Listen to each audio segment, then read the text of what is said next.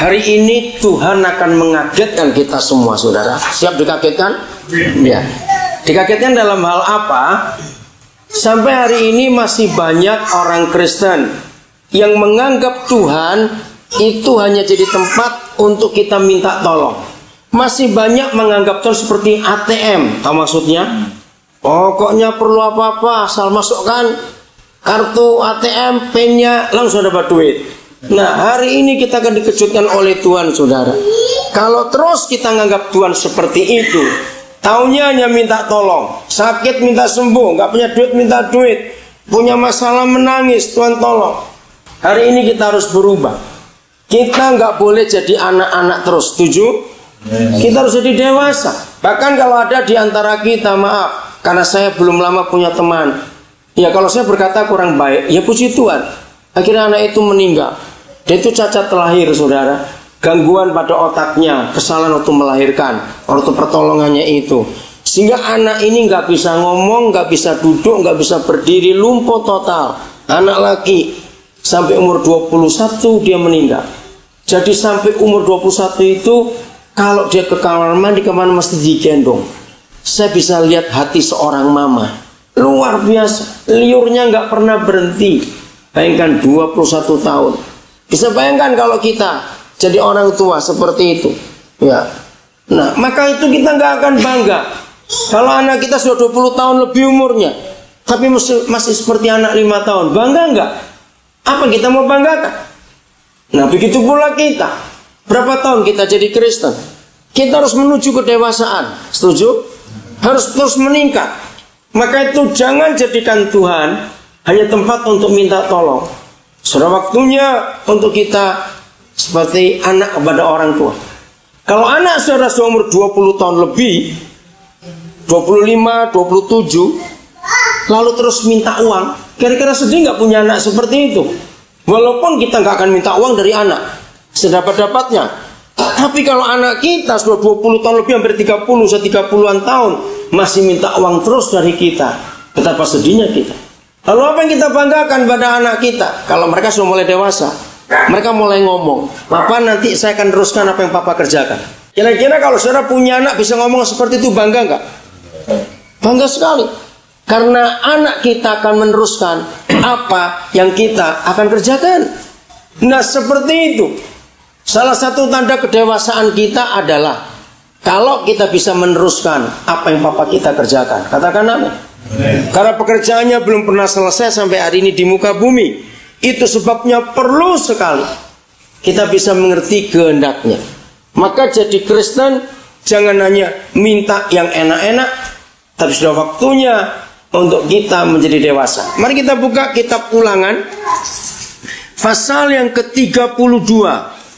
Ulangan 32. Kita akan baca ayat yang ke-11. Ulangan 32 mulai ayat yang ke-11. Saudara perhatikan, semua anak yang baru belajar jalan, perhatikan ya, ini masih kecil, itu nggak akan puas kalau dia jalan datar terus. Maka itu tiap kali ada anak baru belajar jalan, dia carinya tangga. Siapa bisa jawab kenapa? Ini penting. Ya, cari tantangan, saudara. Bayangkan anak yang baru belajar jalan saja itu bosan kalau datar terus. Buat mereka nggak ada tantangan. Maka itu kalau kita lihat anak kecil baru belajar jalan, awas, mereka itu kan cari tangga. Di mana ada tangga? Kalau kita meleng dikit, udah naik mereka. Dan mereka bangga. Karena dengan itu mereka tahu ada tantangan. Dan aku bisa. Bayangkan, anak yang baru belajar jalan saya bisa begitu. Oke? Ayat 11-nya saya akan baca. Laksana Raja Wali. Kalau saya pakai kalimat betul gini. Laksana induk Raja Wali. Menggoyang bangkitkan isi sarangnya. Kalimat yang lebih mudah. Laksana induk Raja Wali merusak sarangnya. Perhatikan kata itu. Merusak sarangnya. Kenapa dirusak? Melayang-layang di atas anak-anaknya. Ayo kita satu persatu. Kira-kira anak-anak Raja Wali yang melihat induknya sendiri merusak sarangnya, lalu mereka melihat induknya melayang-layang di atas mereka, Kira-kira perasaan anak-anak Raja Wali itu kayak apa? Ayo, gak usah ragu-ragu. Takut. Mereka tanya, mau diapakan ini? Saudara, yang belajar manajemen akan mengerti sebuah kalimat yang sangat hebat. Nah, seharusnya kalimat itu gereja mengatakan, tapi saya sedih. Kata kalimat ini pertama kali muncul justru dari kelompok manajer-manajer yang wawasannya dan cara pandangnya itu jauh. Semua manajemen sekarang ini, kira-kira kata ini muncul hampir 15 tahun yang lalu, belum terlalu lama. Yaitu begini, para manajer yang hebat akan selalu menantang anak buahnya untuk berkata, tinggalkan zona nyaman. Pernah dengar kata itu? Harusnya itu gereja, karena ayat kalimat itu diambil dari ayat ini. Mengapa induk Raja Wali merusak sarangnya? Jawabannya? Ayo jawab. Karena dia nggak rela kalau anak-anaknya manja-manja terus. Harus tinggalkan zona nyaman. Dan satu-satunya cara untuk meninggalkan zona nyaman, rusak kenyamanan itu. Maka itu orang Kristen yang takut dengan tantangan, dia akan kerdil, saudara. Siapa bisa menemukan kata lain dari kerdil? Bonsai. Ini kan kerdil.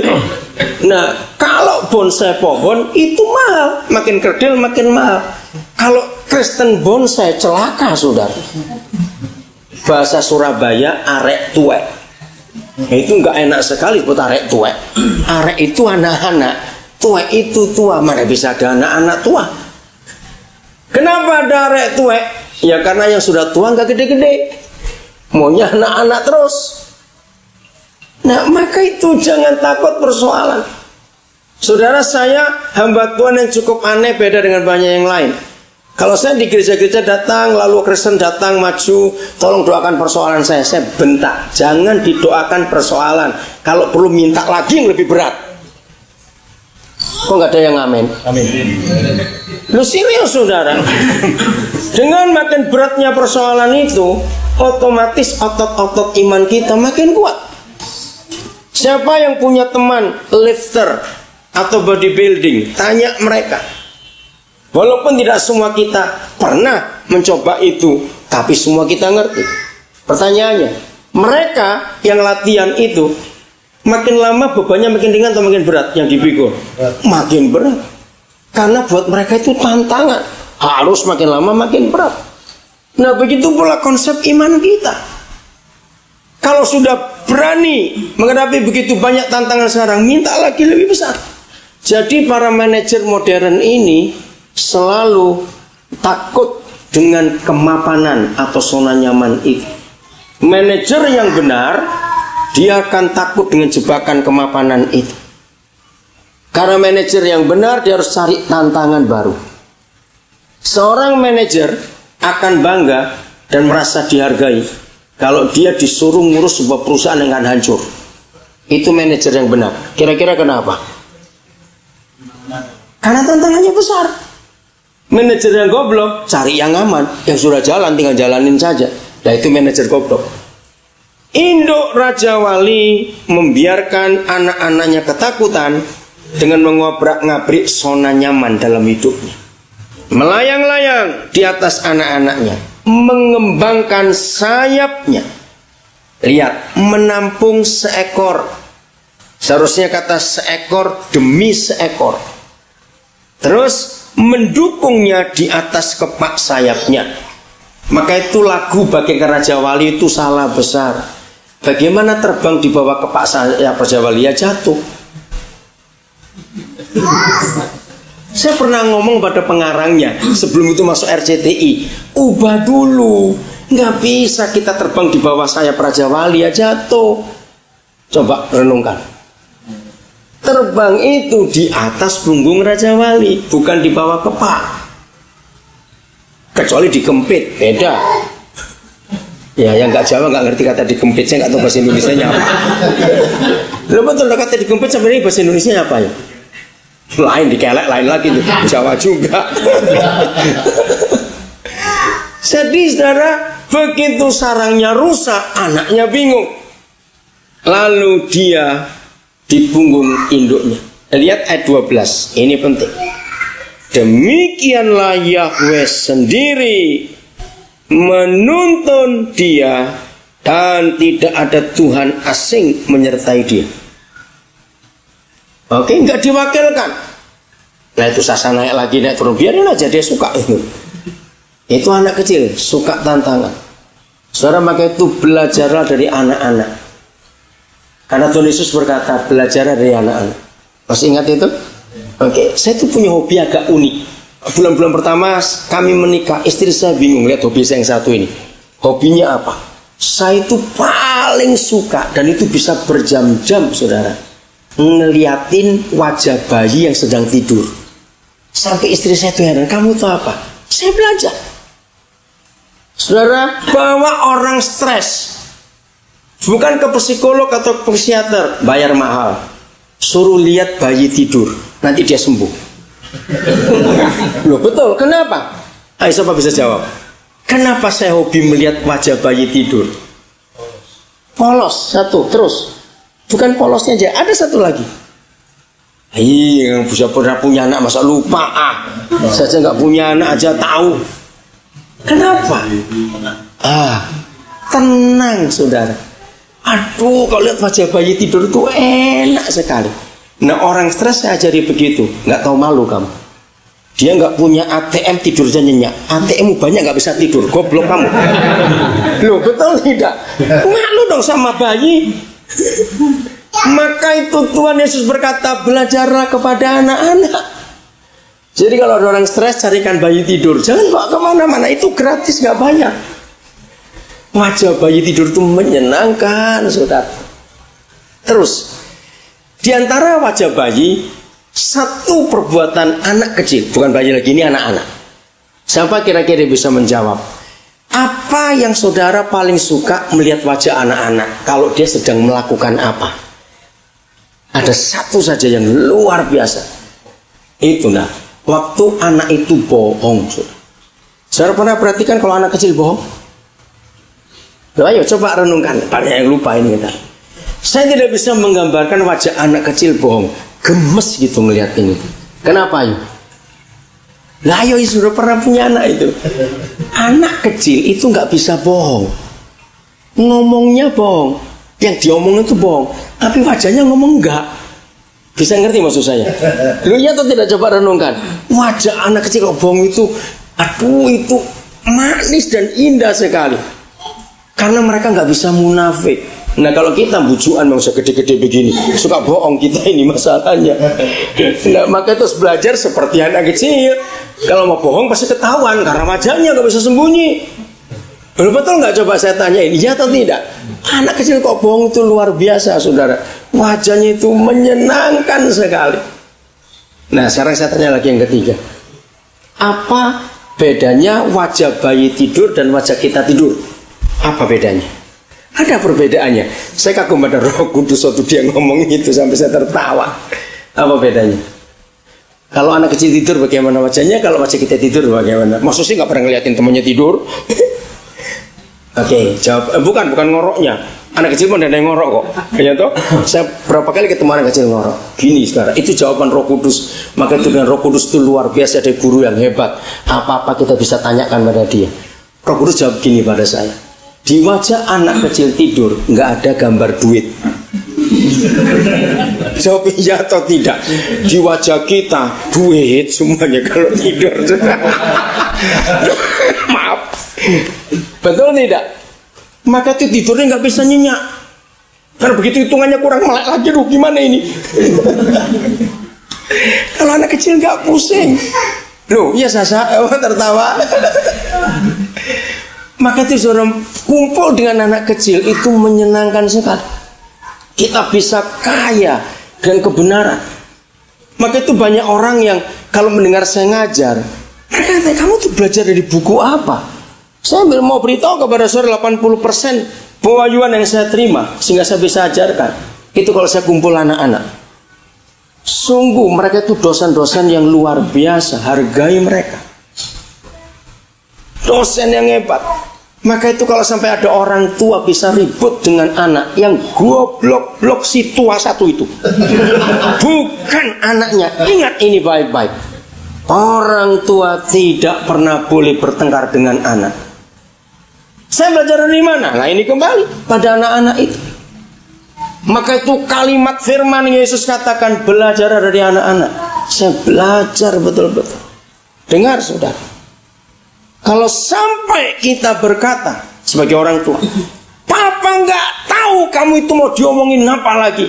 Kenapa kamu nggak mau ngerti Papa?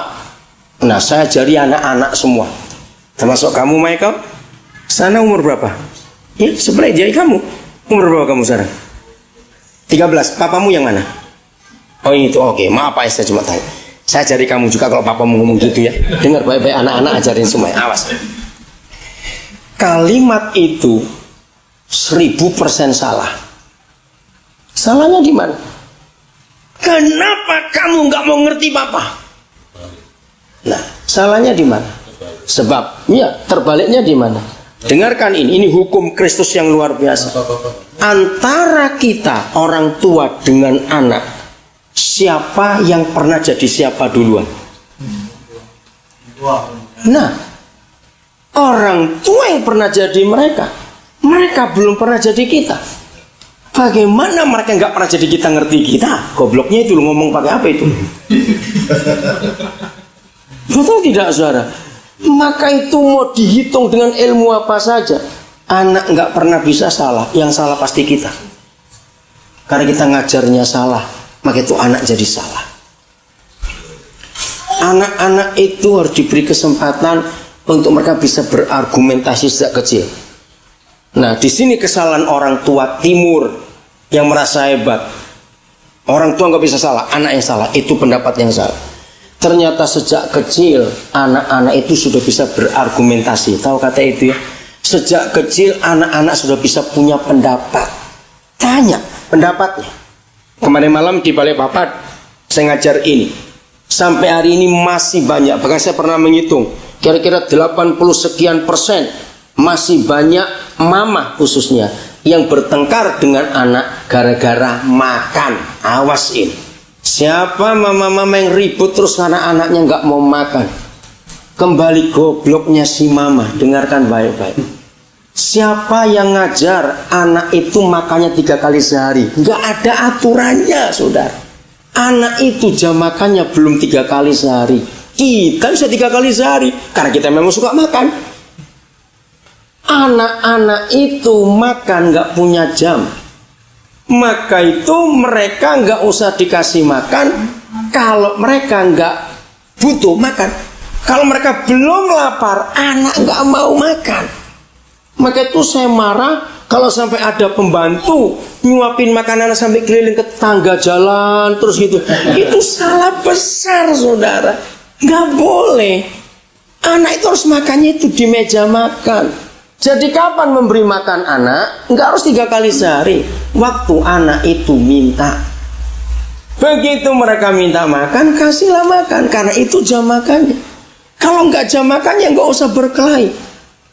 Banyak anak stres, saudara. Mendengar kata makan sudah stres dulu. Nah, makin mereka stres, makin nggak mau makan. Makin nggak mau makan, mama makin jengkel. Nah, awalnya kenapa anak takut makan? Karena mamanya marah-marah. Kemarahan mama itu dirasakan oleh anak. Anak jadi takut. Coba, ya, saya sudah menggunakan teori ini kepada ratusan keluarga dan mereka tertolong. Kalau mama tidak stres, anak itu makannya lahap sekali. Anak itu pribadi yang sangat peka dengan perasaan orang tua. Ya atau tidak? Begitu orang tua mengalami sesuatu, anak itu rasa duluan. Peka sekali mereka. Begitu sampaikan pada teman-teman yang anaknya masih kecil, jangan berkelahi karena jam makan. Kasihan anak itu, malah stres. Kita harus jaga. Berbahagialah orang tua yang bisa mengajar anak-anak untuk tidak suka gorengan. Ingat itu. Jangan anak-anak biarkan makan gorengan. Kita rugi besar. Berbahagialah orang tua kalau anak-anak kita suka yang direbus atau dikukus. Itu sehat sekali. Baca buku kesehatan, masuk tahun 2010 ini, maka angka stroke di Indonesia sudah mencapai angka umur 20-an, saudara. Nah, kenapa orang umur 20-an sudah stroke di Indonesia? Jawabannya cuma satu, ketika mereka masih kecil, terbiasa makan gorengan. Dan di situ lemak itu numpuk di dalam pembuluh darah anak. Begitu 20-an, terjadi penyumbatan. Maka itu jangan anak-anak kita makan yang goreng-gorengan. Biasakan yang rebus. Nah, di sini masalahnya. Untuk merebus, untuk mengukus itu perlu waktu lama. Goreng paling gampang, asal cemplung jadi. Kalau ngerebus, ngukus repot lagi. Tapi itu penting. Beritahukan anak-anak kita. Maka itu kalau anak-anak kita terbiasa, dan semua itu karena kita. Kalau orang tua suka yang direbus atau dikukus, otomatis anak ikut. Kalau kita suka makan gorengan, otomatis anak juga. Betul tidak, saudara? Ya, maka itu anak salah, itu pasti karena kita, bukan karena anak. Itu pasti karena kita. Oke, saya lanjutkan ini sekarang. Jadi siap untuk belajar dari anak-anak? Amin. Oke. Jadi siap, zona nyaman ditinggalkan? Ya, ayat 13 sekarang. Wah, ayat ini dahsyat sekali.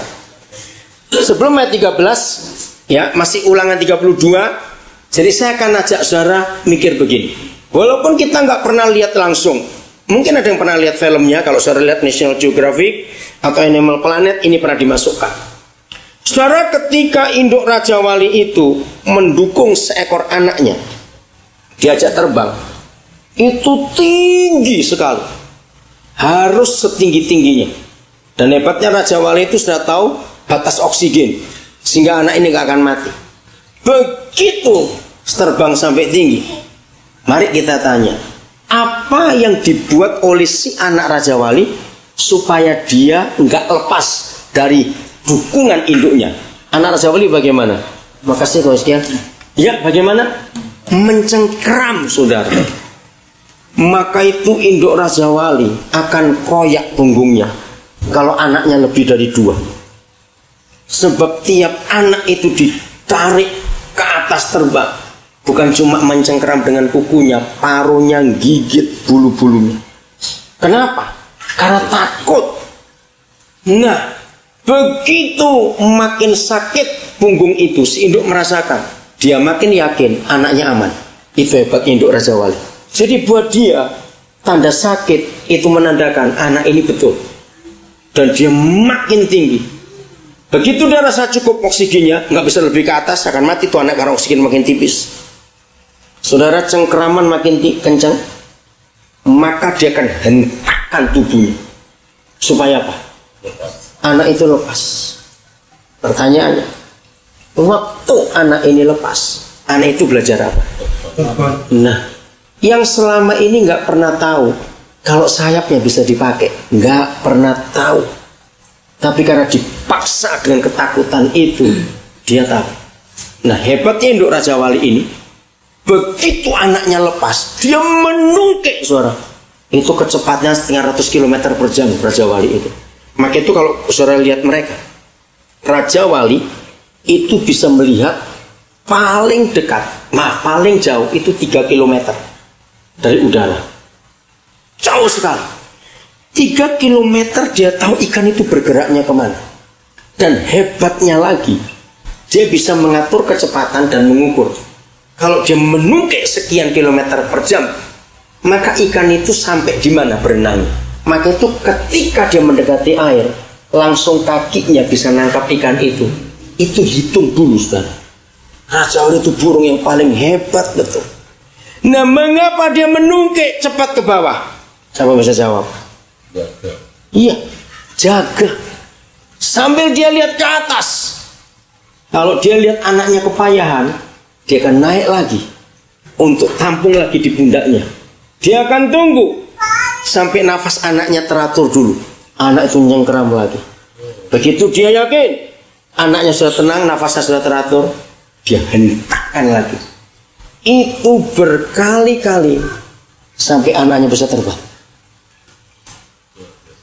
Saudara, ini ayatnya.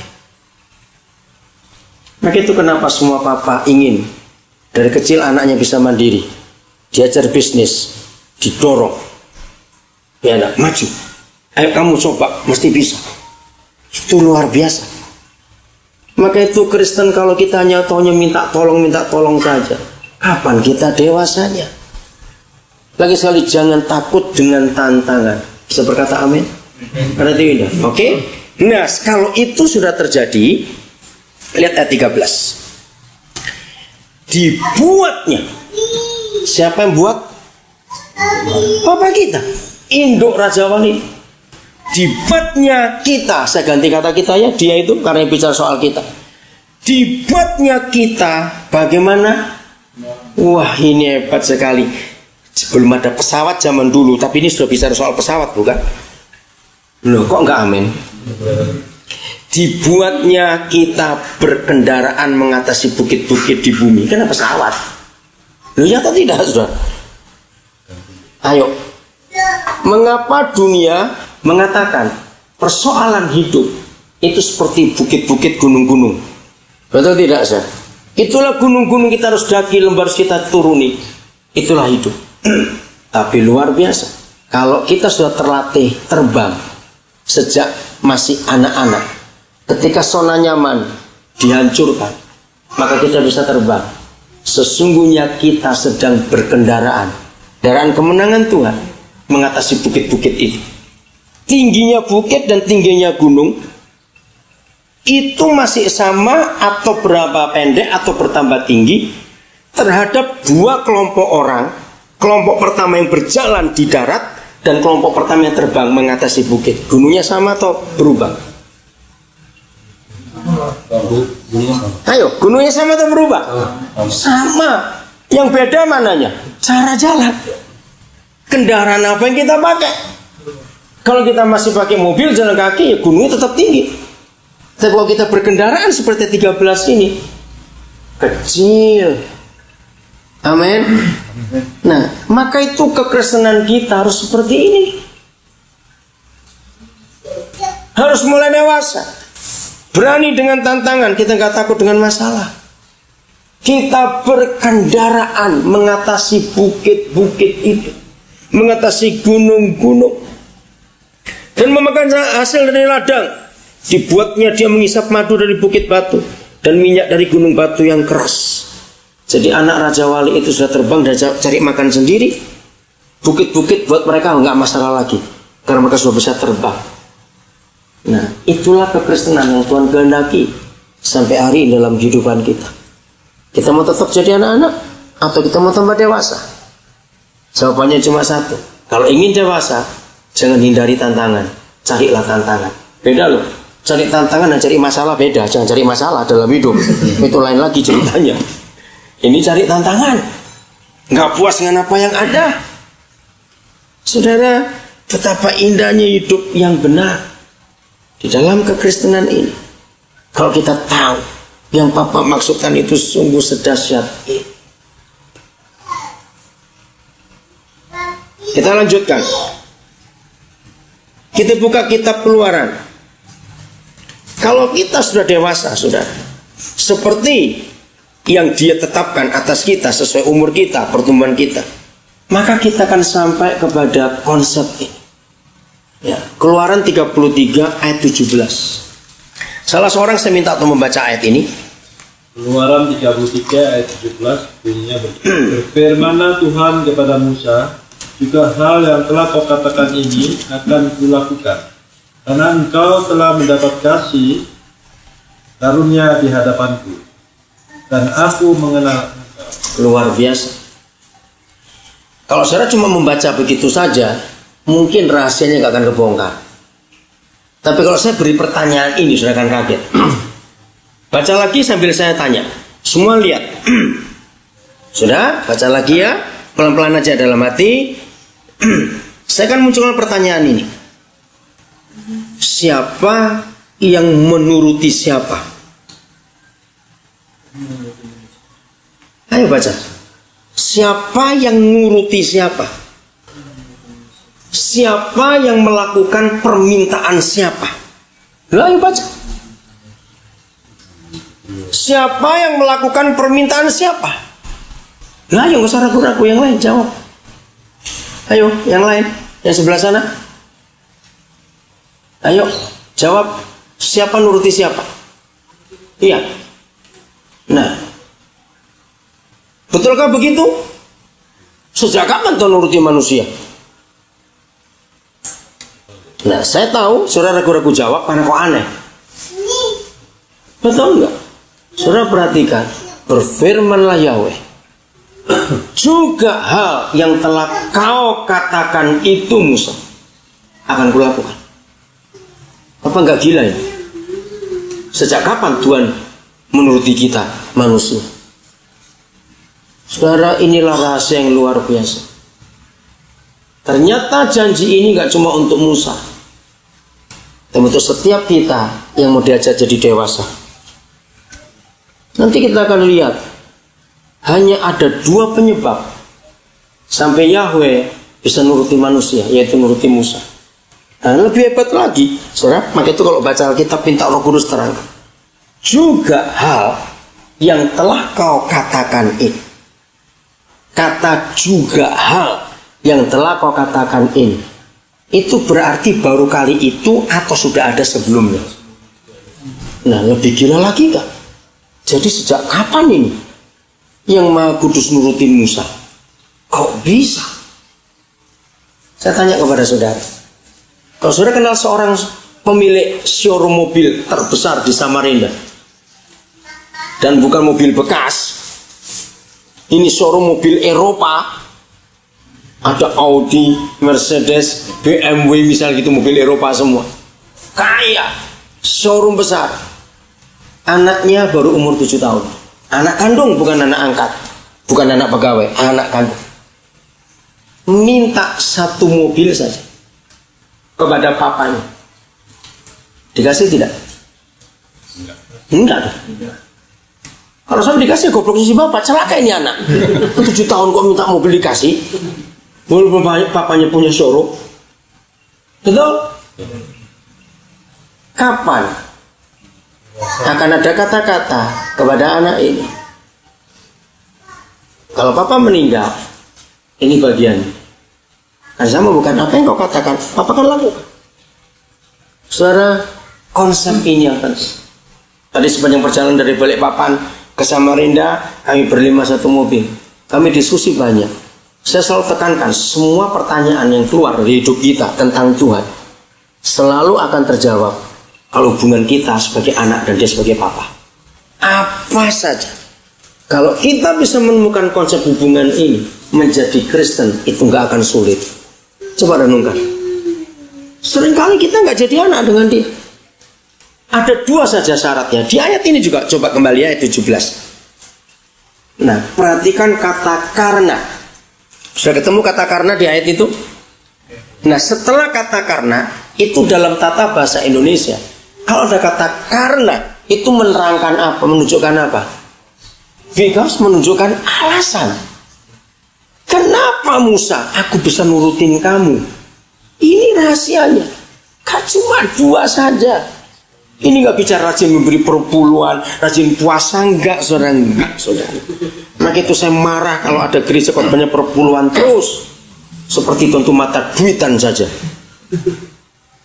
Ingat, bukan itu. 1, karena apa? Engkau telah mendapat kasih karunia di hadapanku. Ini yang pertama. Yang kedua, karena apa? Baca di ayat itu juga. Aku mengenal engkau. Kalau saudara punya bahasa Inggris akan lebih kagum. Kenapa papa nurutin Musa? Bahasa Inggris berkata, because I know you by name. Aku tuh kenal namamu. Masing-masing kita punya hak untuk menemukan sebuah tindakan atau sebuah kondisi yang masing-masing kita akan beda. Temukan dalam hidup saudara, kapan saudara bisa berkata pada si A, cukup, aku kenal kamu sekarang. Ngerti contoh ini? Kira-kira kapan? Kalau sampai saudara bisa berkata pada seseorang, cukup, aku kan sekarang kenal kamu itu siapa. Ini bisa 2 arti loh, negatif dan positif. Betul? Oh, ternyata sekarang aku kenal kamu, ternyata kamu itu bajingan. Nah, lain lagi. Oke? Nah, kapan? Coba renungkan, ini penting. Sebab kalau saudara bisa menemukan jawaban itu, lakukan itu bagi Papa di surga. Sampai dia berkata, aku kenal engkau, aku kenal. Percayakah saudara hal ini gak bisa didapat dari sekolah Alkitab atau sekolah teologi manapun? Betul tidak? Lalu didapat karena apa? Bukan pengalaman. Ada satu lagi sebelum pengalaman. Pergaulan. Kapan kita bisa mengenal seseorang kalau kita nggak pernah bergaul dengan orang itu? Betul tidak, saudara? Nah, ini yang kita harus tahu. Kenapa Papa bisa ngomong itu pada Musa? Bayangkan, 80 tahun dia jalan dengan Musa. 40 tahun pertama di Mesir, betul? 40 tahun kedua menjadi gembala kambing domba mertua. 40 tahun ketiga di padang gurun. Apa enggak kenal 120 tahun kumpul? Ngerti enggak kata itu? Banyak yang sudah terjadi. Anak-anak Tuhan, mulai hari ini berjuanglah untuk sampai pada taraf ini. Saya tanya kepada saudara, kalau kita semua sudah sampai taraf ini, akan muncul satu sikap dalam diri kita. Sikap apa kita kira-kira? Apa? Rendah hati? Bukan. Kasih? Bukan. Bergantung? Bukan. Kalau sampai Tuhan bisa ngomong pada kita, apapun juga yang kau katakan, aku akan lakukan. Apa?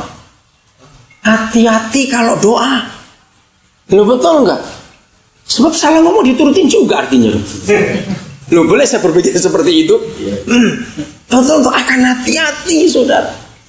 Nah, lihat. Mengapa orang bisa punya masalah? Secara umum ya, secara umum. Ini bahasa Surabaya. Nah, becangkemin jeplak terus. Mulutnya itu buka terus.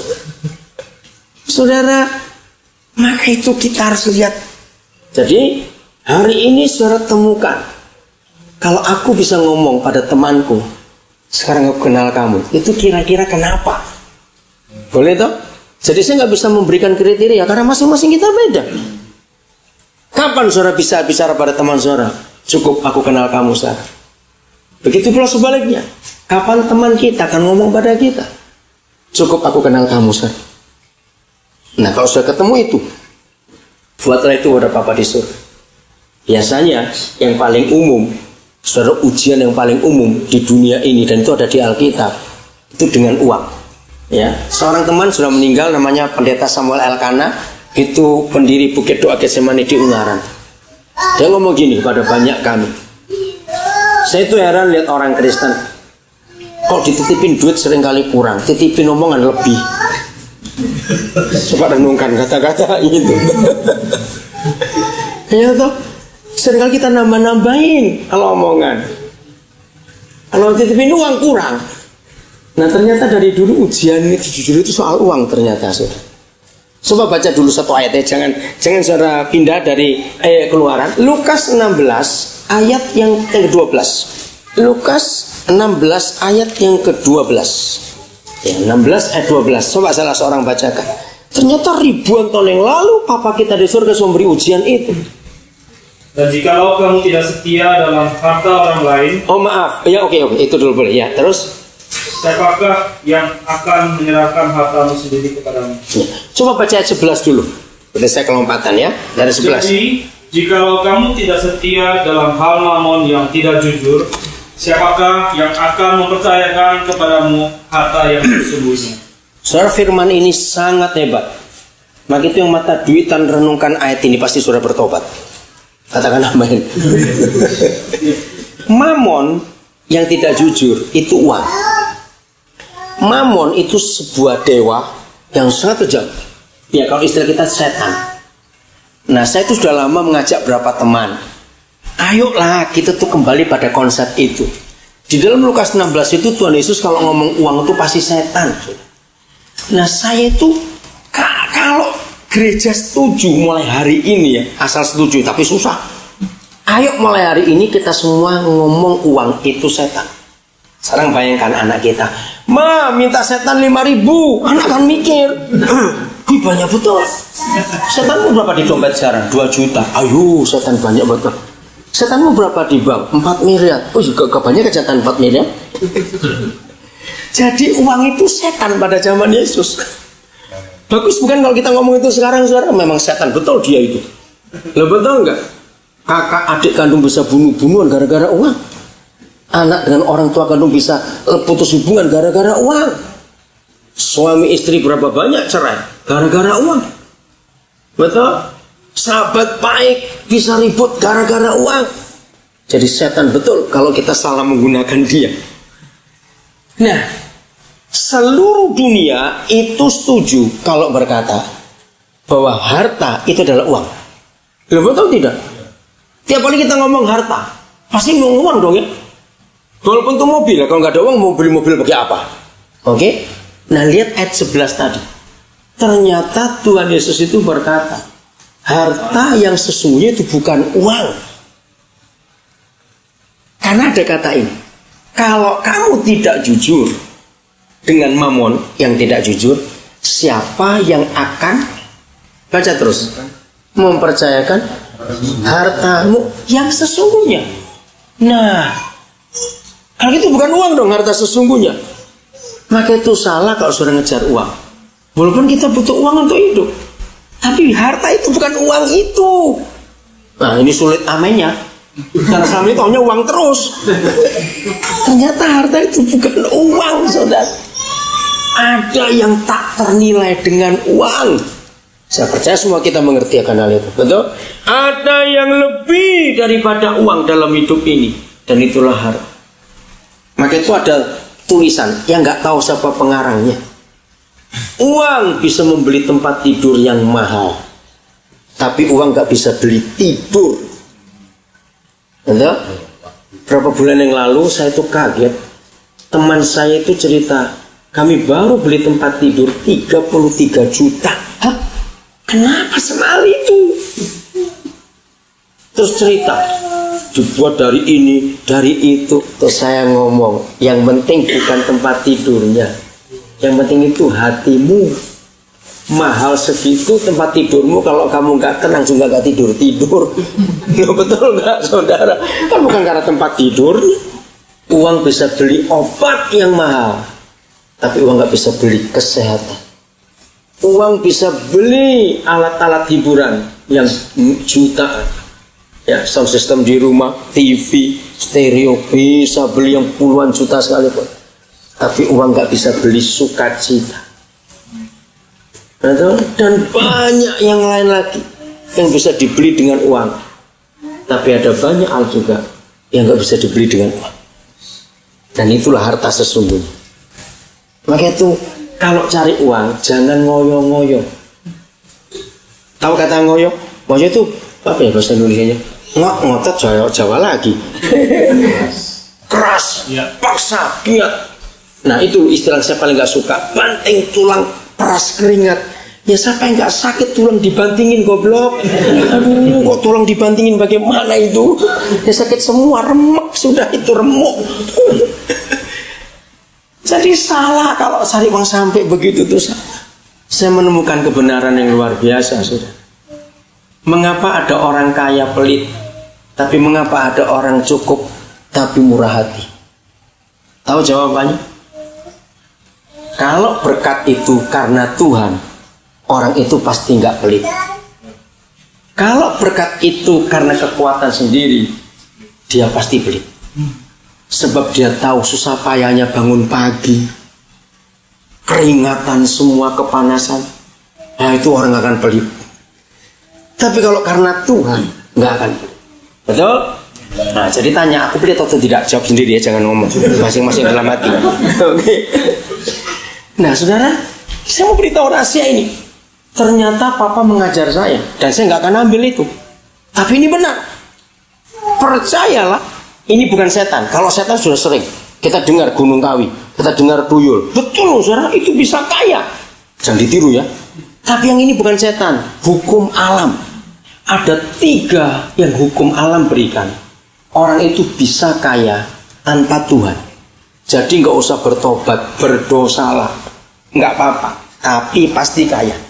Karena tanpa Tuhan, karena alam menjamin. Catat, sampaikan pada teman-teman, sungguh nggak berdosa kalau pakai ini. Tapi saya tetap nggak mau.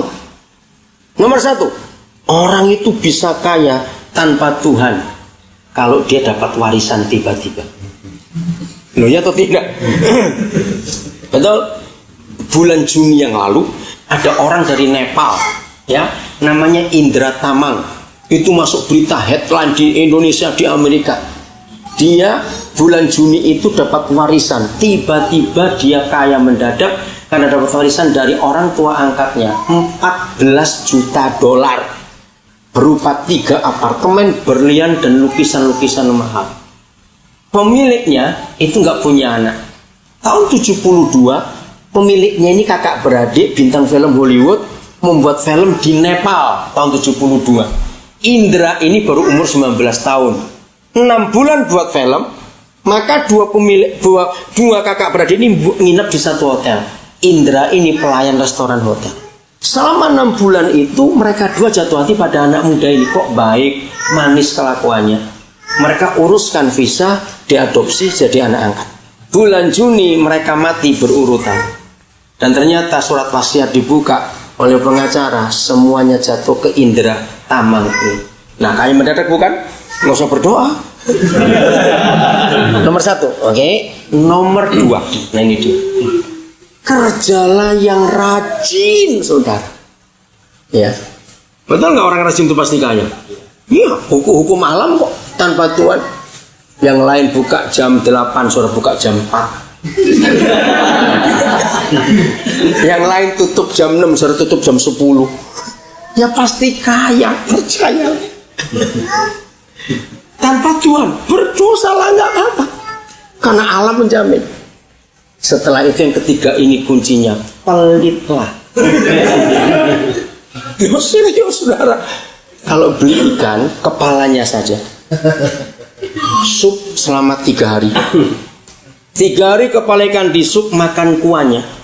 Hari keempat baru ketelannya. Saya jamin kaya, coba kalau nggak percaya.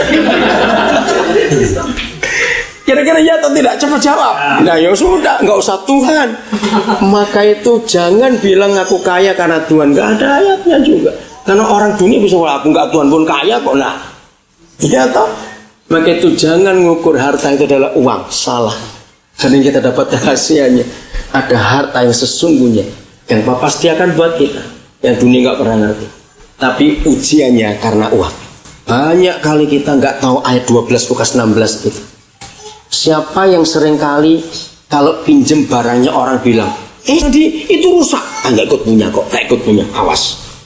Kalau orang suka ngomong gitu, dia akan bernasib miskin sampai mati. Catat baik-baik ayat itu. Loh, karena ayat itu berkata, kalau kamu nggak bisa setia pada hartanya orang lain, siapa akan mempercayakan kepadamu harta yang sesungguhnya? Siapa yang sering kontrak rumah, tiap kali mau keluar sengaja dirusak, biar aja nggak ikut punya kok, aku sudah bayar, awas. Ayat itu luar biasa, saudara. Justru kalau kita ingin diberkati dan sukses, uang kita harus jujur. Terus harta orang lain yang kita pinjam harus kita hati-hati. Rawat seperti milik sendiri. Baru Tuhan akan percayakan harta yang sesungguhnya. Nah, lihat itu. Nah, hal-hal ini yang akan membuat kita berkata pada teman kita, oke, aku kenal kamu sekarang. Nah, betul tidak, sir?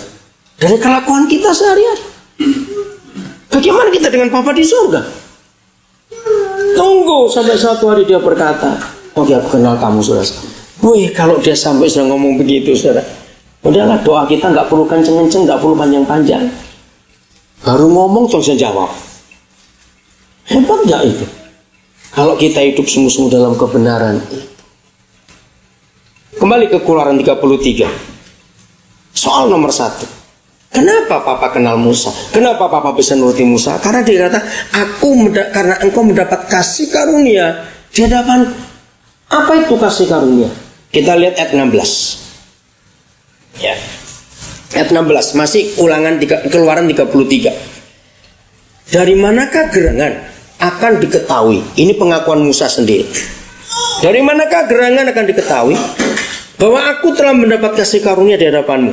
Musa ngomong, yakni aku dengan umatmu ini, dari mana aku dapat kasih karunia?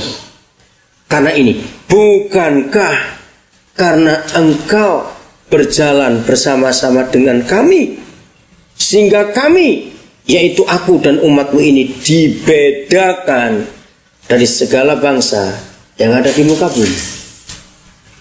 Saudara, mendapat kasih karunia itu cuma dua hal. Satu, berjalan. Ingat, siapa berjalan dengan siapa? Baca baik-baik. Ayo, baca baik-baik. Siapa berjalan dengan siapa? Ayat 16. Nah, ini bedanya. Bukan kita yang bersama Tuhan, tapi Dia yang bersama Musa. Beda, sama seperti tadi. Bukan Musa yang ngomong kepada Israel, hei Israel, kamu harus tahu ya, Dia mengenal aku. Bedanya apa? Kalau Musa yang ngomong, Tuhan mengenal dia, dan dia, Tuhan sendiri yang ngomong, aku kenal kamu. Bedanya gimana? Kenapa? Beda. Lain sekali. Oke, contoh begini. Lebih berbobot yang mana? Iya, kalau Tuhan yang ngomong dong. Misalnya, ini ngomong jelek, ngomong ini nggak ada sih, cuma ilustrasi aja. Ada orang Samarinda pamit kita, aku 3 hari mau ke Jakarta. Oh ya? Pulang dari Jakarta, Cita, kamu tahu nggak? Aku diajak Pak Presiden makan siang. Reaksi saudara kira-kira bagaimana? Ya paling tertawa aja lah. Ya mabuk kali ini orang. Tapi setelah berapa hari dia pulang ke Samarinda, Presiden pidato.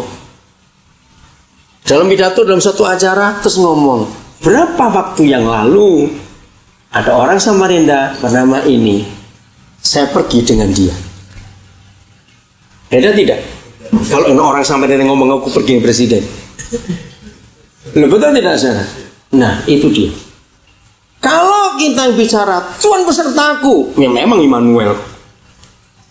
Tapi masalahnya dia benar-benar serta kita tidak.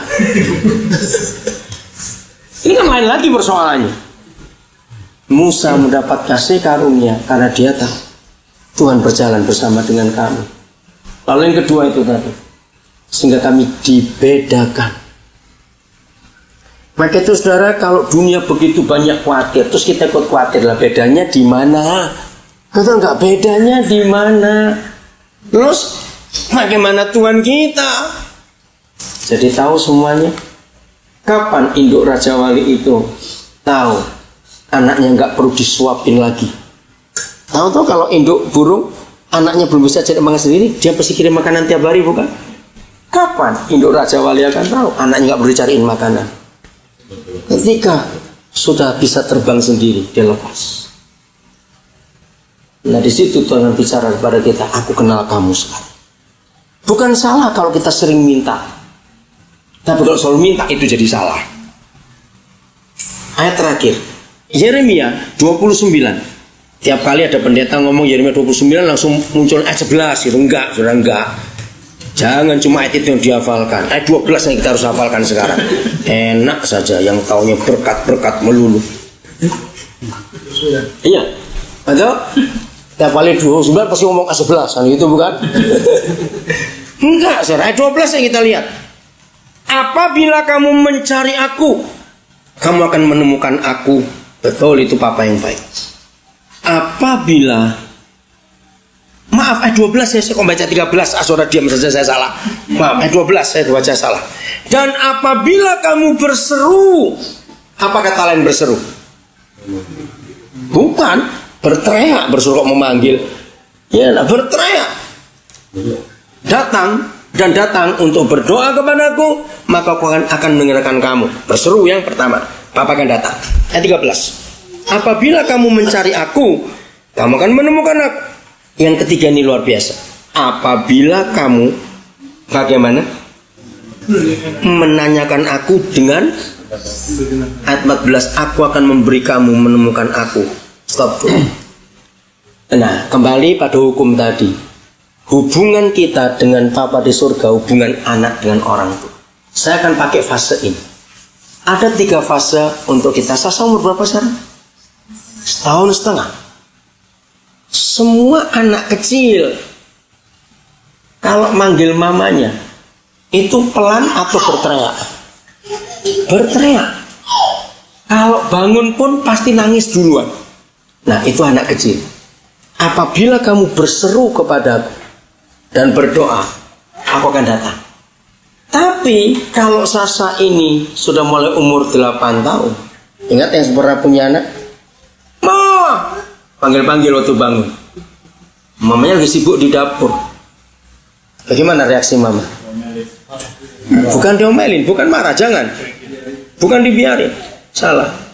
Mama kan jawab, di dapur. Lo betul tidak? Nggak mungkin dicuekin, jauh sekali mama itu. Di dapur, maksudnya apa? Bukan memberitahu. Nah, cari ono. Kamu yang cari mama, bukan mama ke tempatmu. Lihat fase kedua. Apabila kamu mencari aku, kamu akan dapatkan aku. 2 fase yang pertama itu nggak pakai syarat karena masih anak-anak. Tapi fase ketiga ini dewasa. Apabila kamu menanyakan aku, mari kita baca, cari perbedaannya antara berseru, mencari, dan bertanya. Jelas bukan? Mana yang dewasa? Ya pasti diskusi, tanya dong dengan papa mama.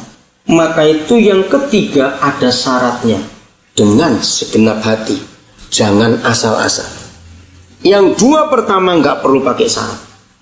Yang ketiga pakai syarat. Karena sudah dewasa. Maka itu kalau kita sudah Kristen sampai berjenggot begini, sudah istilahnya masih bayi terus. Tuhan itu untung nggak stroke lihat kita. Maaf saya ngomong ini. Terus sudah berjenggot, kamu masih teriak-teriak terus. Aduh, papa sedihnya kayak apa ini? Kapan kamu ngerti aku, nak? Kapan kita mulai menanyakan dia? Diskusi, papa, mesti apa? Harus bagaimana? Betul nggak, saudara? Maka itu kita harus dewasa. Maaf, saya berani berkata, mengapa kita baru mengerti hal ini sekarang? Karena gereja nggak pernah khotbah. 90% khotbah di gereja, maaf, kebanyakan hamba Tuhan. Kebanyakan yang saya nggak bilang semua. Saya tahu Pak Benny beda dengan yang lain. Kalau kita cuma dikhotbah berkat, jangan lupa per bulan ya doa pagi ya. Kapan kita dewasa? Kamu doa berapa jam sehari? Terus saingan, aku 4 jam, kalah aku 5. Oh kalah aku 5,5. Oh kalah aku 6. Itu apa-apaan? Bukan lamanya berdoa, tapi berapa jauh kita kenal Papa. Amin. Jadi semua hubungan anak dengan Papa, semua dengan itu. Kalau itu ada, sungguh apa yang Papa pernah katakan pada Musa dengan katakan pada kita, percayalah itu. Juga yang telah kau katakan itu Musa, aku akan lakukan. Karena ini yang Tuhan rindukan atas kita. Siap jadi anak Tuhan yang benar? Amin. Mau jadi dewasa? Amin. Tuhan memberkati kita semua.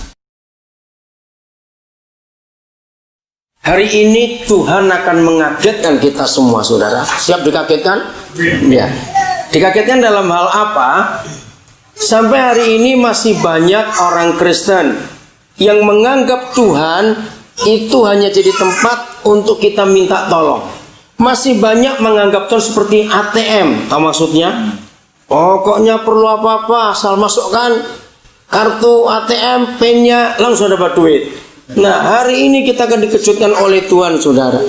Kalau terus kita menganggap Tuhan seperti itu, taunya hanya minta tolong, sakit minta sembuh, nggak punya duit minta duit, punya masalah menangis, Tuhan tolong. Hari ini kita harus berubah. Kita nggak boleh jadi anak-anak terus, setuju? Kita harus jadi dewasa. Bahkan kalau ada di antara kita, maaf, karena saya belum lama punya teman. Ya kalau saya berkata kurang baik, ya puji Tuhan. Akhirnya anak itu meninggal. Dia itu cacat lahir, saudara. Gangguan pada otaknya, kesalahan waktu melahirkan, waktu pertolongannya itu. Sehingga anak ini nggak bisa ngomong, nggak bisa duduk, nggak bisa berdiri, lumpuh total. Anak laki, sampai umur 21 dia meninggal. Jadi sampai umur 21 itu Kalau dia ke kamar mandi, kemana mesti digendong. Saya bisa lihat hati seorang mama. Luar biasa. Liurnya nggak pernah berhenti. Bayangkan 21 tahun. Bisa bayangkan kalau kita jadi orang tua seperti itu. Ya. Nah, maka itu kita nggak akan bangga. Kalau anak kita sudah 20 tahun lebih umurnya, tapi masih seperti anak 5 tahun. Bangga nggak? Apa kita mau banggakan? Nah, begitu pula kita. Berapa tahun kita jadi Kristen? Kita harus menuju kedewasaan. Setuju? Harus terus meningkat. Maka itu jangan jadikan Tuhan hanya tempat untuk minta tolong. Sudah waktunya untuk kita seperti anak kepada orang tua. Kalau anak saudara seumur 20 tahun lebih, 25, 27, lalu terus minta uang, kira-kira sedih nggak punya anak seperti itu? Walaupun kita nggak akan minta uang dari anak sedapat-dapatnya. Tapi kalau anak kita sudah 20 tahun lebih, hampir 30, 30-an tahun, masih minta uang terus dari kita, betapa sedihnya kita. Lalu apa yang kita banggakan pada anak kita? Kalau mereka sudah mulai dewasa, mereka mulai ngomong, "Papa, nanti saya akan teruskan apa yang Papa kerjakan." Kira-kira kalau saudara punya anak bisa ngomong seperti itu, bangga nggak? Bangga sekali. Karena anak kita akan meneruskan apa yang kita akan kerjakan. Nah, seperti itu.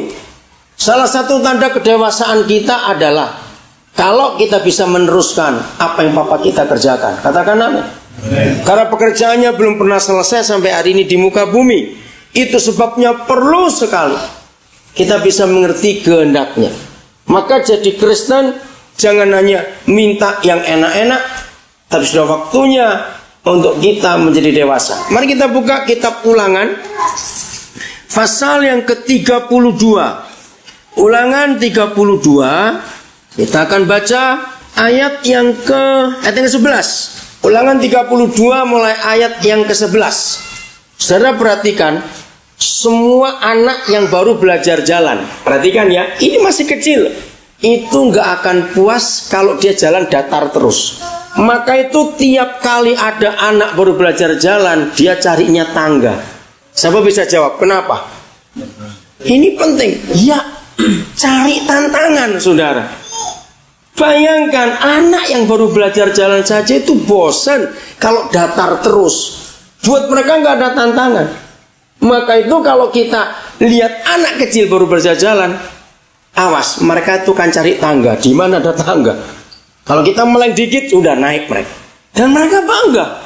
Karena dengan itu mereka tahu ada tantangan. Dan aku bisa. Bayangkan, anak yang baru belajar jalan saya bisa begitu. Oke? Ayat 11 saya akan baca. Laksana Raja Wali. Kalau saya pakai kalimat betul gini. Laksana induk Raja Wali. Menggoyang bangkitkan isi sarangnya. Kalimat yang lebih mudah. Laksana induk Raja Wali merusak sarangnya. Perhatikan kata itu. Merusak sarangnya. Kenapa dirusak? Melayang-layang di atas anak-anaknya. Ayo kita satu persatu. Kira-kira anak-anak Raja Wali yang melihat induknya sendiri merusak sarangnya, lalu mereka melihat induknya melayang-layang di atas mereka, kira-kira perasaan anak-anak Raja Wali itu kayak apa? Ayo, gak usah ragu-ragu. Takut. Mereka tanya, mau diapakan ini? Saudara yang belajar manajemen akan mengerti sebuah kalimat yang sangat hebat.